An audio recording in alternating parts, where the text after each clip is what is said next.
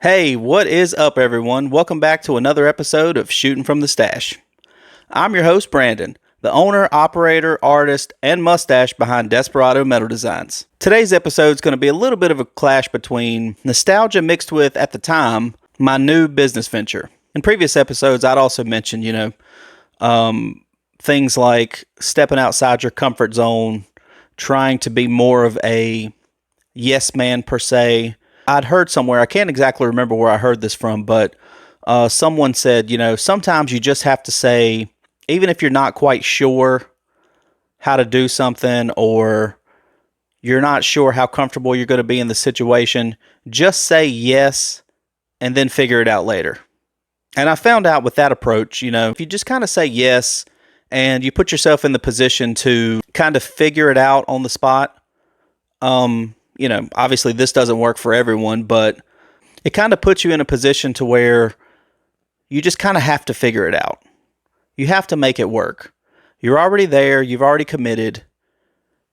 You kind of can't back out because that's just not what I do. And you just, like I said, you just figure it out. More times than not, I've definitely just said yes to something. An event, a pop-up, maybe a new design or something as far as like making a ring or a necklace or something that I'm just not 100% sure on. A lot of times I'll just say yes. And then it's kind of like, after the fact, I'll just figure it out and just kind of push myself more to do that. And today's episode's pretty much exactly how that went. I basically agreed to do a show that I wasn't 100% comfortable with. I didn't really know anybody that was putting on the event.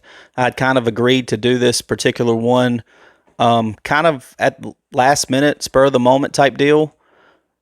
It seemed like a cool idea. It brought me back to very specific time in, like my earlier years. And it was definitely one of those things to where it was out of my comfort zone. It was out of my kind of wheelhouse. But at the same time, I just kind of said yes and thought, well, yes, it is a little bit out of my comfort zone, but it really shouldn't be. This is my type of crowd. This is my type of event. This is going to be something that's going to be a fun thing to do.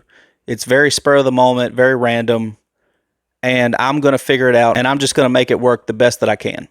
And that's exactly what this episode's going to cover. But before that, let's roll that intro.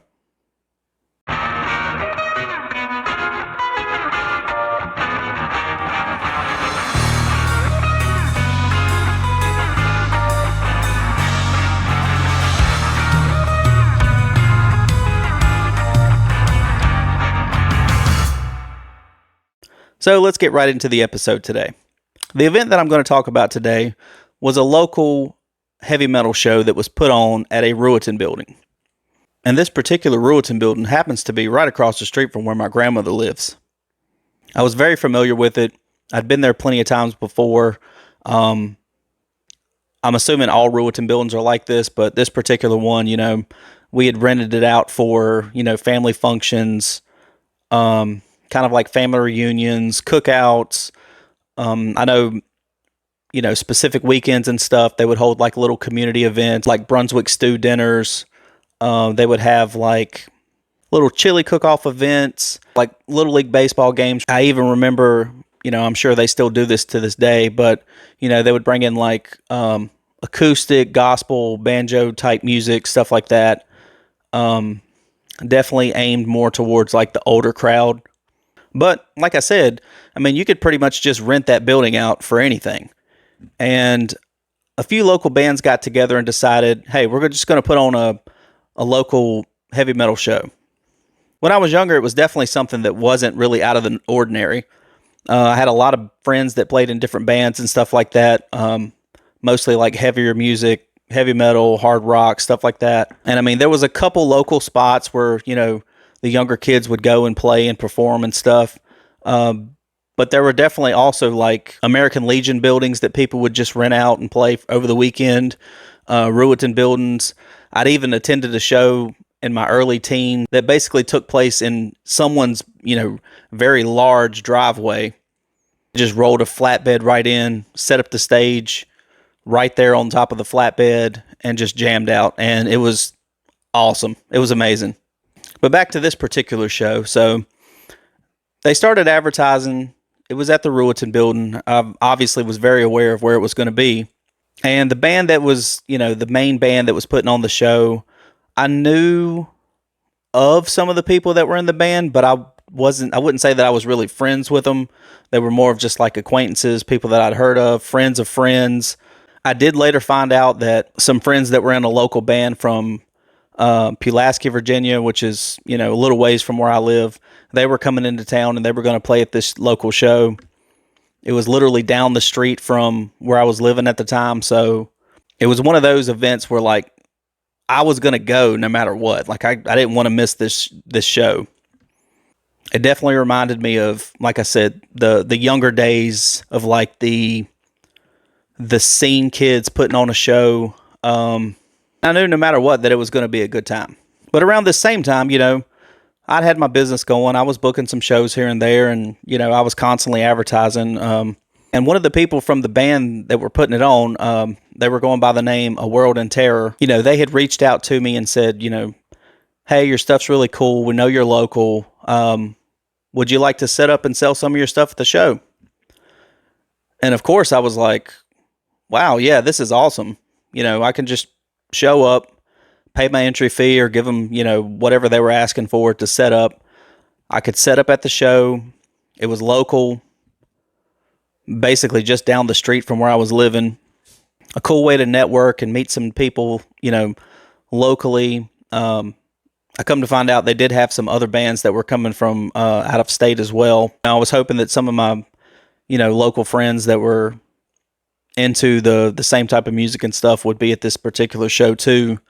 So just overall, I was just, kind of expecting, well, if nothing else, I'm at least going to have a good time. I may not sell anything, which, sometimes you do, sometimes you don't. But even if I didn't sell anything, I'd at least get to see some cool bands, see some old friends, some friends from out of town, hopefully make some new friends, and just have a good time rocking out.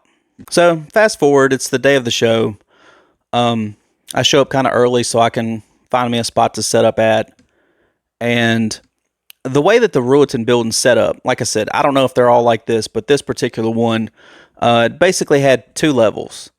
The bottom level was just full of, like just a big hall of tables and chairs, where you could, basically just a big dining hall. They had like a little kitchen area all from that to, if you were prepping food and stuff like that. They had another little sitting lounge area that was kind of separated from the dining hall. You go up the steps, and then they basically just had like almost like a wooden dance floor with just a very small raised stage for the bands to play. It wasn't a very big area, but it was definitely big enough. So, of course, the show's going to be happening where they have the little stage set up. I go in, I run into the people that invited me there. They were happy to see me. They told me I could set up wherever, so I just kind of set up beside, some of the other bands' merch tables and stuff like that. I, of course, get everything set up and go outside. I run into my, friends from out of town. They were happy to see me. It was always cool catching up with them. Shout out to my buddy Tyler Davis. Always loved seeing that guy play. Always loved just seeing that guy in general. Super cool guy. Super easygoing. Always laughing, cutting up. A lot of energy. Just somebody that's just always, just really fun to be around. And then, of course, they kind of split off and they're, getting ready to play. So they're kind of warming up and stuff like that. And if you're not familiar with, what I said, like the scene kids, the particular, group of musicians and stuff that would, kind of travel together, and kind of the local bands, hitting like clubs and stuff like that. It's not that they're not welcoming or not friendly or anything like that, but they definitely tend to kind of stick to their own little groups and, kind of converse with one another.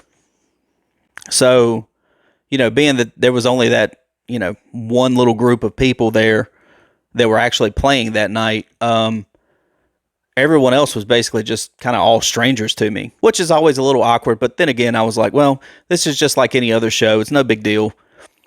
If you meet some people, cool. If not, that's cool too. Usually once people start seeing the jewelry and stuff like that, asking me questions and conversing, that's usually the easiest icebreaker, I would say. So of course, I'm just kind of sitting there waiting for all the bands to get in and get everything set up. People are coming up, they're asking me about the rings and the necklaces and stuff like that, asking me, all the normal questions. Are you from around here? Do you do this yourself? Etc. So it's just, kind of just mingling, networking. Like I said, definitely just meeting some new people because they were all just, kind of strange faces for the most part. But everyone was really cool. It was definitely like a community feel, which is definitely what, like the scene, the metal scene, the local band scene, however you want to phrase it. That's kind of the general vibe of that group. So once it hits around 7 or 8 o'clock, I can't remember exactly what time the band started playing. The ones that set up this event, they definitely picked a lot of really good, talented local bands. It was a really good mixture of bands. Some younger bands, some older bands, all just really great musicians. And they all really wanted to put on a good show. And in doing so, every time it was, the next band's turn to play, it's almost like they were just trying to outdo one another. They were just, going super hard. The energy was super high. Everybody was having a good time. It was just a really, really cool local show. And of course, me not really thinking about it, I didn't charge my phone beforehand, so I didn't really get a chance to like snap off any pictures or get a lot of videos or anything like that. But I'm completely fine with that because I remember that show pretty well, and it was just a lot of fun and just a lot of really good bands. They weren't really equipped to be playing like a bigger show. The PA wasn't super loud or anything like that, but it was still just, like I said, a lot of energy, a lot of fun, a lot of good bands. It was just a good time. I got to see my buddy Tyler's band play. Like I said, I always love seeing that guy. I was able to get like one really small clip of a song from their set, and although the audio sucks, you can see from the video that they were there to bring it. They were there to have a good time. They were there to rock, and that's exactly what they did. And it was amazing. It was awesome.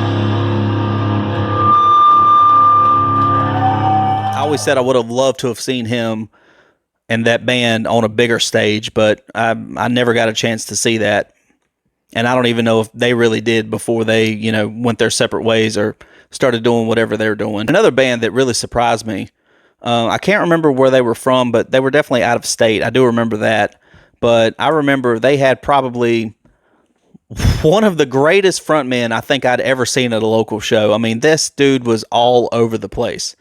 I mean, he was running back and forth. He was jumping up and down. So much energy, so much excitement. I mean, he could sing, he could scream. I mean, he just did it all. And their set was just amazing. I couldn't believe that I was seeing such a great performance in such a small setting like that, where usually the only thing that stage is seen is, a lot of older guys playing like country, bluegrass, and Western. So it was definitely a change of pace for that stage for sure.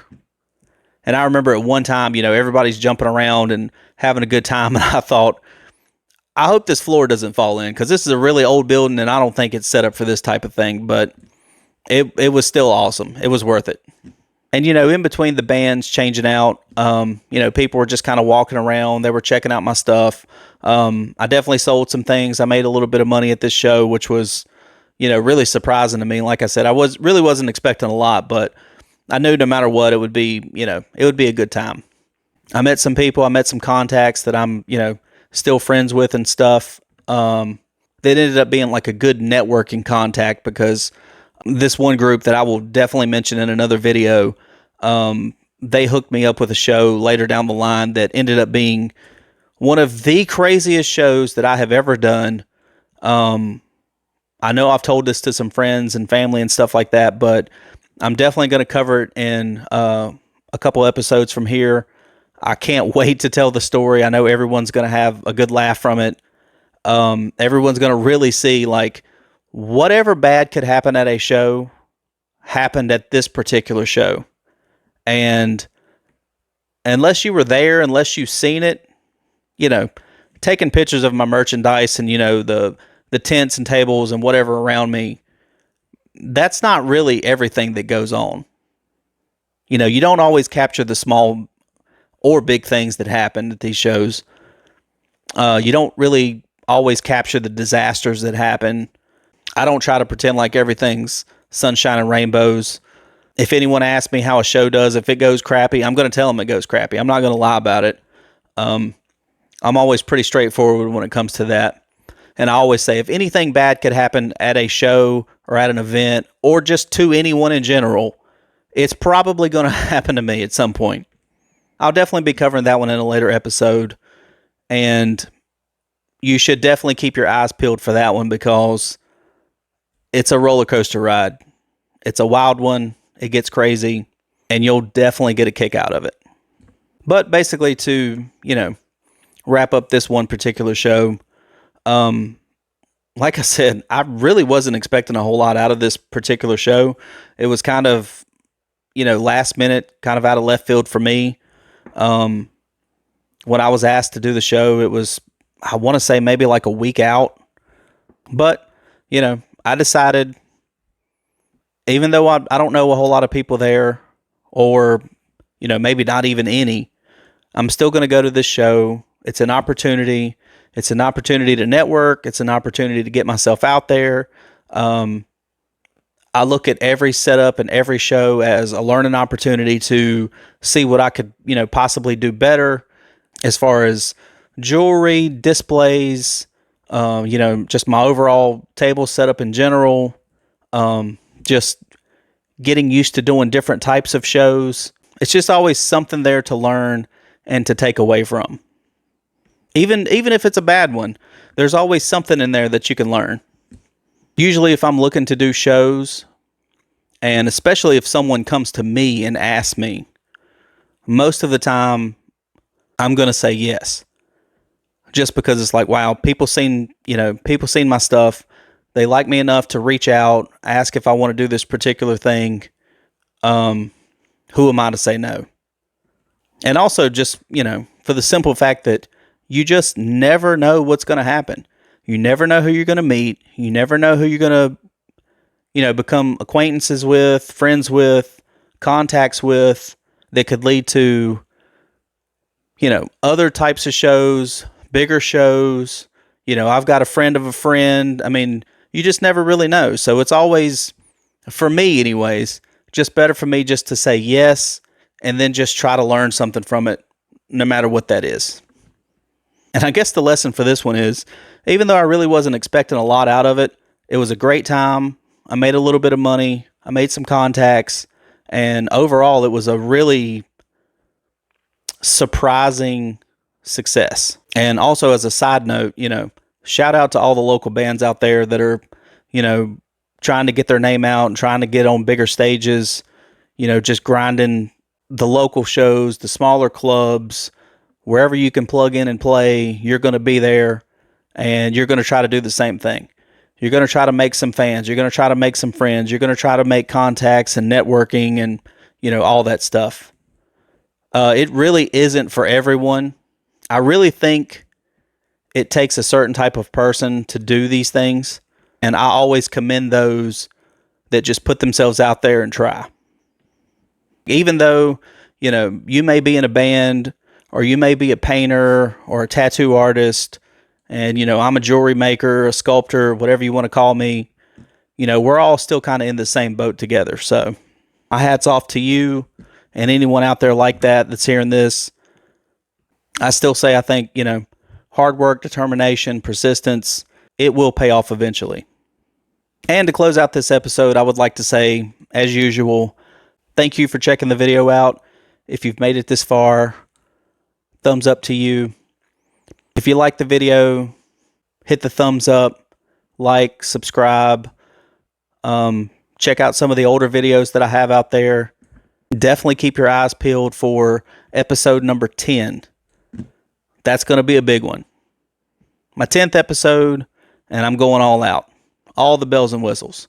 It's going to be a wild story that you do not want to miss. And if you don't know by now, I make badass wearable art. If you'd like to see some of that stuff, www.desperadomd.com. Desperado Metal Designs on most of your socials. I've got them linked in the description. You can check out all the stuff that I make. You can even see some of the pictures and stuff from the shows that I talk about. I'm also now an official brand ambassador for Mad Viking Beard Company. They've got a lot of cool stuff too. I'm going to be tagging them in some stuff here so you can check their stuff out. If you are a fellow beardsman or have a cool mustache, they got lots of products out there for you to try. And finally, to close this out, once again, I'm Brandon. This is Shootin' from the Stache. Cheers.